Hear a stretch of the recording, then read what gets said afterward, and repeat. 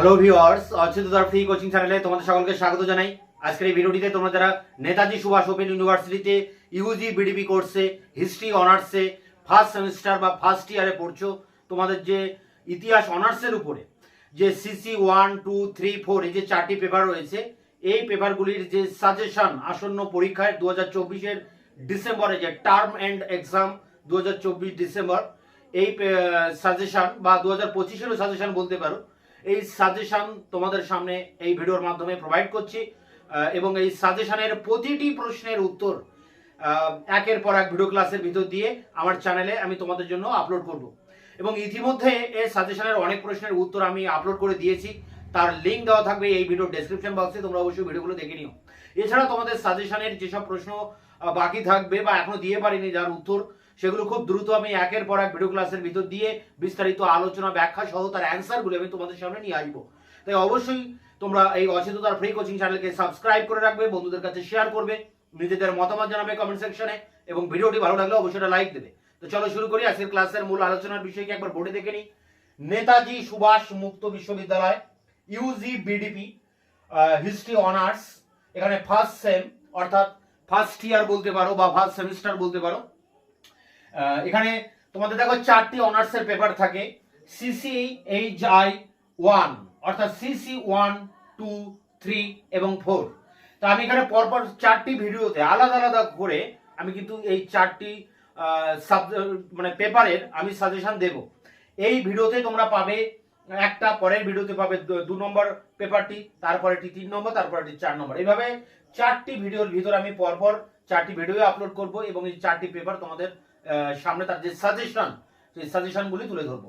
তো দেখো এখানে সাজেশন বলতে তোমাদের এই পরীক্ষাটা হওয়ার কথা ডিসেম্বর 2024-এ, তাহলে সাজেশনটা হবে 2024 বা বলা যায় 2025, অর্থাৎ 2024 টু 25 এই সময়ের জন্য যে সাজেশন, সেই সাজেশনটি আমি তোমাদের সামনে তুলে ধরছি। এখন সাজেশনের যেসব প্রশ্নগুলো রয়েছে, দেখো আমি এখানে থাম্বনেলেও বলেছি যে উইথ অ্যান্সার, অর্থাৎ এই সাজেশনের প্রতিটা প্রশ্নের উত্তর তোমরা আমার চ্যানেলে পেয়ে যাবে। ইতিমধ্যে আমি অনেকগুলি ভিডিও ক্লাস বা অ্যান্সার আমি কিন্তু চ্যানেলে আপলোড করে দিয়েছি, তারও লিঙ্ক দেওয়া থাকবে, তোমরা অবশ্যই ভিডিওগুলো দেখে নিও। বাকি কোশ্চেন অ্যান্সারগুলো আমি একের পর এক তোমাদের সামনে নিয়ে আসবো, তার জন্য তোমরা শুধু চ্যানেলকে সাবস্ক্রাইব করে রাখবে, যাতে তোমাদের এই ক্লাস রিলেটেড ভিডিওগুলো দিলে তোমরা তার লিঙ্কটা পেয়ে যেতে পারো। তোমাদের অনার্সে ফার্স্ট সেম বা সেকেন্ড সেম বা থার্ড সেম, যে সেম বা first year, second year, third year যেগুলোই আসুক না কেন, প্রত্যেকটা সেমিস্টারে প্রত্যেকটা ইয়ারের অনার্সে হিস্ট্রি অনার্সের প্রতিটা প্রশ্নের উত্তর, প্রত্যেকটা পেপারের কোশ্চেন অ্যান্সার সাজেশন সবকিছু আমার এই চ্যানেলে তোমরা পেয়ে যাবে। তো দেখো এখানে যে সাজেশন, তার সাজেশনে তোমরা জানো যে তোমাদের 50 নাম্বারের পরীক্ষা হবে। 50 নাম্বারের পরীক্ষা হবে, 2 ঘন্টার সময় 50 নাম্বারের পরীক্ষা। তার ভিতরে 10 নাম্বারের প্রশ্ন থাকবে, 2টি প্রশ্ন, 4টি প্রশ্ন পরীক্ষায় আসবে, তার ভিতরে 2টি প্রশ্নের উত্তর লিখতে হবে। অর্থাৎ 10 নম্বরের 2টি মানে 20 number group A. Group B তে থাকবে টিকা প্রশ্ন, সেখানে 6 নাম্বারের টিকা থাকবে 5টি। 10টি প্রশ্ন থাকবে, তার মধ্যে 5টি প্রশ্নের উত্তর লিখতে হবে 6 মার্কের, অর্থাৎ 530 নাম্বার। 30 নাম্বার টিকা প্রশ্ন আর বড় প্রশ্ন 20 নাম্বার। এই 50 নাম্বারের কিন্তু প্রত্যেকটা অনার্স পেপারের পরীক্ষা হবে। তা চলো এবার আমরা অন স্ক্রিনে দেখে নেব আমাদের ফার্স্ট পেপার বা অন্যান্য পেপারগুলোর কি সাজেশন রয়েছে, সেই সাজেশনগুলো আমরা একবার অন স্ক্রিনে দেখে নেব। Netaji Subhas open university CVCS syllabus অনুযায়ী ইউজি বিডিপি কোর্সে হিস্ট্রি অনার্সে ফার্স্ট ইয়ার বা ফার্স্ট সেমিস্টারে পেপার CC 4 অর্থাৎ ফোর্থ পেপারের যে term end examination December 2024 semester 1-এ সাজেশন 2024 টু 25, সেই সাজেশন নিয়ে আলোচনা করছি। এখানে ফুল মার্কস 50 অর্থাৎ 10 নম্বরের প্রশ্ন 2টি লিখতে হবে 20 এবং 6 নম্বরের প্রশ্ন 5টি লিখতে হবে 30 নাম্বার। তা প্রথমে আমরা আলোচনা করব 10 নম্বরের প্রশ্ন। দেখো 10 নম্বরের প্রশ্ন 4টি দেওয়া থাকবে, 2টি অ্যান্সার করতে হবে। এখানে যেসব প্রশ্নগুলোর আমি টিক চিহ্ন দিয়ে রেখেছি তার অ্যান্সার আমার চ্যানেলে আমি ইতিমধ্যে আপলোড করে দিয়েছি। তো দেখো প্রথম প্রশ্ন এখানে রয়েছে, প্রাচীন রোমের দাস ব্যবস্থা কেমন ছিল? 2, প্রাচীন রোমের কৃষি অর্থনীতি, বা আসতে পারে প্রাচীন রোমের বাণিজ্য অর্থনীতির পরিচয় দাও। কৃষি অর্থনীতিও আসতে পারে, বাণিজ্য অর্থনীতিও আসতে পারে, দুটি কিন্তু আলাদা আলাদা প্রশ্ন। 3, রোমের নগরায়ন সম্পর্কে যা জানো লেখো। 4, রোমের শিল্প স্থাপত্য সম্পর্কে লেখো। 5, পশ্চিম ইউরোপে সামন্ততন্ত্রের পতনের কারণ আলোচনা করো।